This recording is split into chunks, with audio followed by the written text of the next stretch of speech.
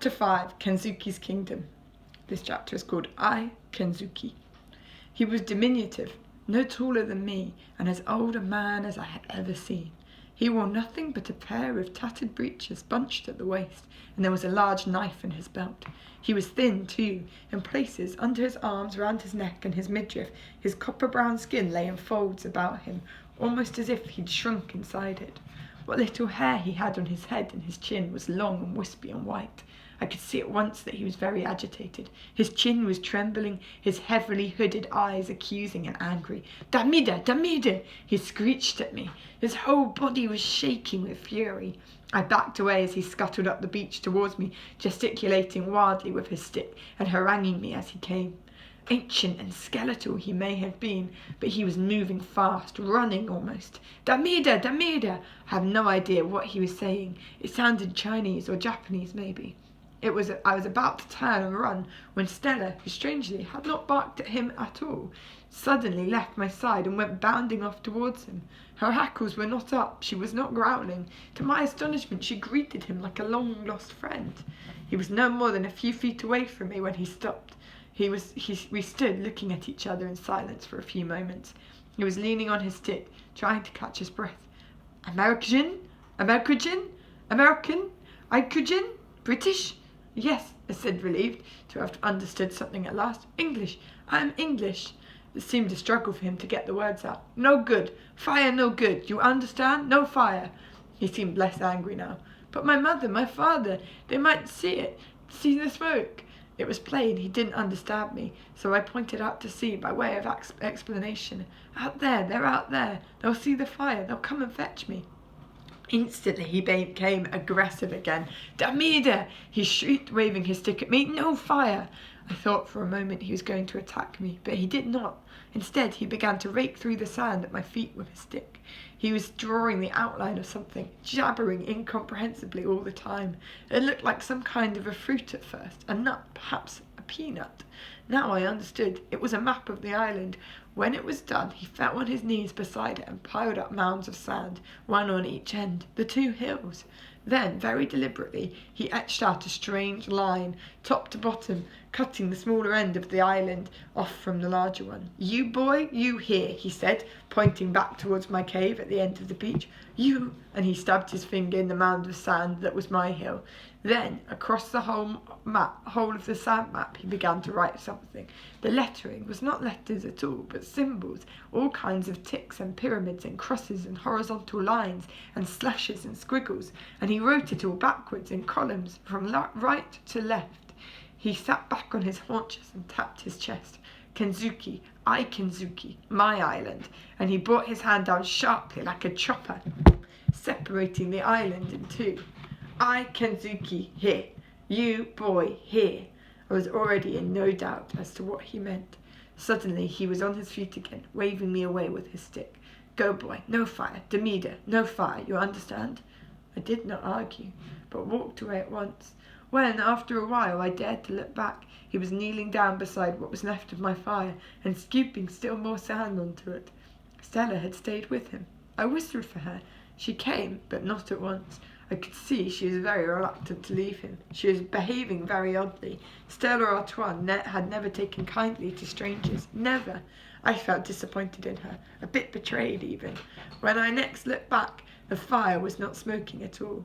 It had been completely smothered, and the old man was nowhere to be seen. For the rest of that day I stayed in my cave. For some reason I felt safe there. I suppose I had already begun to think of it as home. I had no other home. I felt as an orphan must feel, abandoned and alone in the world. I was frightened, I was angry, I was completely bewildered. I sat there trying to gather my thoughts. So far as I could tell, though I couldn't be sure of it, there were only the two of us on this island, the old man and me. In which case, it stood to reason that only he could have left me the fish and the bananas and the water. Surely that had been an act of kindness, a sign of friendship, of welcome, and yet now this same man had banished me to one end of the island as if I was a leper, and had made it quite clear that he never wanted us to meet ever again, and all because I had lit a fire. None of it made any sense at all, unless he was out of his head and completely mad. I took a long, hard look at my situation. I was marooned on an island in the middle of nowhere, very probably with a madman for company and a bunch of howling monkeys, at least one orangutan amongst them, and God knows what else might be hidden in the forest, and millions of mosquitoes that would eat me alive every night. I knew only one thing: I had to get away. But how? How was I ever going to get off the island unless I could attract the attention of some passing ship? I could be here for the rest of my life. The thought didn't bear dwelling on. I wondered how long the old man had been on the island, and what might have brought him here in the first place. Who was he, and who was he anyway, to tell me what I could and could not do, and why had he put out my fire? I curled up in my cave, closed my eyes, and just wished myself back home, or back on the Peggy Sue with my mother and father. Such wonderful dreaming almost lulled me to sleep, but the mosquitoes and howling from the forest soon dragged me back to consciousness, to face once again all the appalling implications of my wretched predicament. It came to me suddenly that I had seen the old man's face somewhere before. I had no idea how that could be. As I lay there pondering this, I felt the piece of glass in my pocket pressing into my hip. My spirits were suddenly lifted. I still had my fireglass. I would build my fire again, but this time, somewhere he wouldn't discover it. I would wait for a ship to come, and until then I would survive. The old man had survived in this place. If he could, I could, and I could do it alone too. I didn't need him.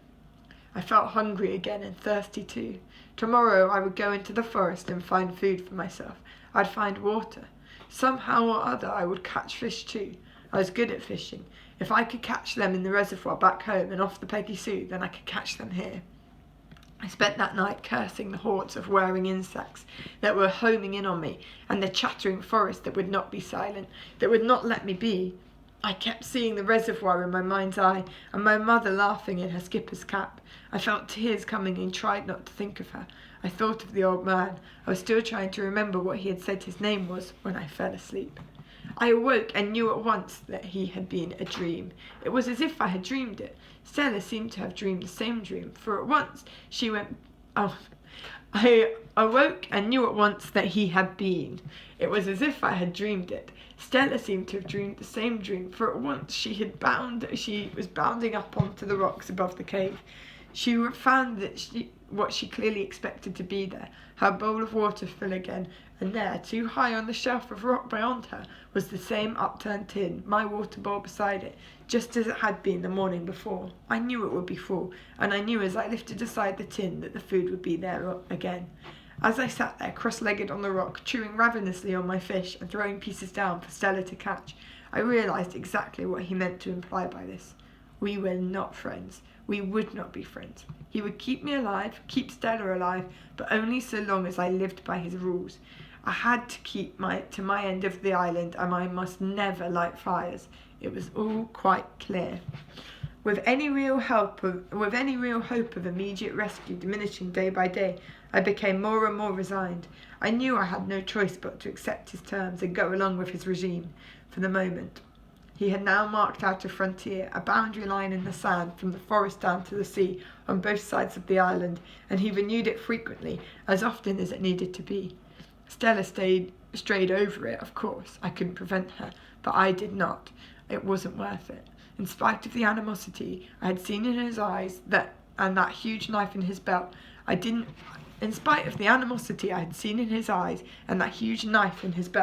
I didn't really think he would ever hurt me, but I was frightened by him, and because of that, and because I had too much to lose, I did not want to confront him.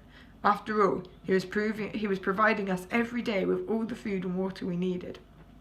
I was beginning to find some edible fruit for myself, in particular a prickly shelled fruit, rambutan, I later discovered. It was delicious, but I could never find enough, and besides, Stella would not eat it. I found the occasional coconut still intact, but often both the milk and flesh were foul. Once or twice I even tried climbing for them, but they were always too high, and I very soon gave up. I tried fishing in the shallows, fashioning a crude spear, a long stick I had sharpened on a rock, but I was always too slow in my strike. There was often plenty of fish, but they were too small and too fast. So, like it or not, we still very much needed the daily ration of fish and fruit and water the old man was bringing us. I'd searched my end of the island for fresh water, but could find none. I thought often of trespassing into the old man's part of the forest to look for it, but I dared not. For the most part, I kept close to the forest tracks. It wasn't only the old man's laws, nor the howling of the monkeys, which I came to understand as a warning, that prevented me from venturing into his side of the island. It was the orangutan, too. He had seemed placid enough, but I had no idea how he or his friends might react if they found me in their territory. I kept wondering, too, what other creatures might lurk unseen, waiting to ambush me in the dark damp of the forest. If the constant jungle was anything to go by, the place was crawling with all sorts of dreadful creatures. Just the thought of the orangutan and the terrors of the unknown in the forest were quite enough to deter me, enough to stifle both my curiosity and my courage. So I kept largely to my beach, my cave, and the forest track up to my hill. From high on my hill, I did catch distant glimpses of the old man, often in the mornings. I would see him spearfishing in the shallows, sometimes alone, but often accompanied by a group of orangutans who sat on the beach and watched him. 14 or 15 of them I counted once. Occasionally he would be carrying one of them, or one of the young ones, on his back. When he moved amongst them, it seemed almost as if he was one of them. Time and again I tried to stay awake until the old man came with the food at night, but I never managed it. I never heard him, not once, but every morning the water would be there, the fish too. It often tasted smoky these days, which I liked better. The fruit would not always be the same. Much of it was strangely scented, and not at all to my liking. I ate it anyway. Besides bananas and coconut and berries, he would leave me breadfruit or jackfruit. At the time, of course, I had no idea what they were. I ate everything, but so greedily now. I would try to save some of the fruit for an evening meal, but I could never bring myself to save the red bananas. They were just too delicious not to eat all at once. My recurring nightmare was the mosquitoes. At night, from dusk onwards, they searched me out, buzzing in on me and ate me alive. There was no hiding place. My nights were one long torture, and in the morning I would scratch myself raw in places. Some of the bites, particularly on my legs, had now swelled up and became suppurating red sores. I found relief from them only by dunking myself in the cool of the sea. I tried sleeping in another cave, deeper and darker, but it smelled dreadful.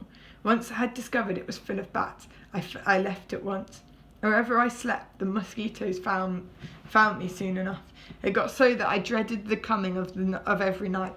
I cried out aloud in my misery as I swiped and flailed at them. I longed for the mornings, for the cool of the sea and the cool of the wind on my hilltop. Here I would spend the greater part of my day, sitting on the very summit, looking out to sea, and hoping, sometimes even praying too, for the sight of a ship. I would close my eyes tight shut and pray for as long as I could, and then open them again. Every time I did it, I really believed there was a chance my prayers would be answered, that this time I would open my eyes and see the Peggy Sue sailing back to me. But always the great wide ocean was empty, the line of the horizon quite uninterrupted. I was always disappointed, of course, often dejected, but not completely despondent, not in those early weeks. I had severe problems too with sunburn. I had learned rather late that I should keep all my clothes on all the time, and I made myself a hat to keep the sun off my face and my neck. It was very broad and Chinese looking, made of palm leaves, the edges folded into one another. I was quite pleased with my handiwork. Sunburn, I discovered, was a discomfort I could help to prevent, and that seawater could soothe. At noon I would go down to the hill to the shelter in my cave from the burning heat of the afternoon sun, and then afterwards I would go swimming. This was the moment Stella longed for each day. I spent hours throwing a stick for her. She loved it, and to be truthful, so did I. It was the highlight of our day. We'd stop only when the darkness came down. It always came down surprisingly quickly too, and drove us back once more to our cave, back to my nightly battle with my blood-sucking tormentors. One day, after yet another fruitless morning of watching on the hill, Stella and I were coming out of the forest when I spotted something lying on the sand just outside our cave. At a distance, it looked like a piece of driftwood. Stella got there before me and was sniffing it over excitedly. I could see it now for what it was. It was not a driftwood at all, but a roll of rush matting. I unrolled it. Inside, and neatly folded, was a sheet, a white sheet. He knew. The old man knew my miseries, my discomforts, my every need. He'd been watching me all the time, and closely too. He must have seen me scratching myself, seen the red wheals on my legs, on my arms, from the mosquito bites, seen me sitting in the sea every morning to soothe away my sores. Surely this must mean that he had forgiven me for lighting the fire. I carried the matting inside the cave, unrolled it, wound myself in the sheet, and just lay there giggling with joy. I could pull the sheet right up over my face. Tonight there would be no way in for those cursed mosquitoes. Tonight they would go hungry. I went racing along the beach to the boundary line, where I stopped, cupping my hands to my mouth, and shouted, "Thank you! Thank you for my bed! Thank you! Thank you!" I didn't really expect an answer, and none came. I hoped he might come himself, but he didn't. So I wrote my thanks in the sand, right by the boundary line, and signed it. I wanted so much to see him again, to talk to him, to hear a human voice. Stella Artois had been a wonderful companion to me, good for confiding in, good for a cuddle, good for a game, but I so missed human company. My mother, my father, lost to me now, perhaps forever. I longed to see the old man, to speak to him, even if he was a bit mad, even if I couldn't understand much of what he was saying.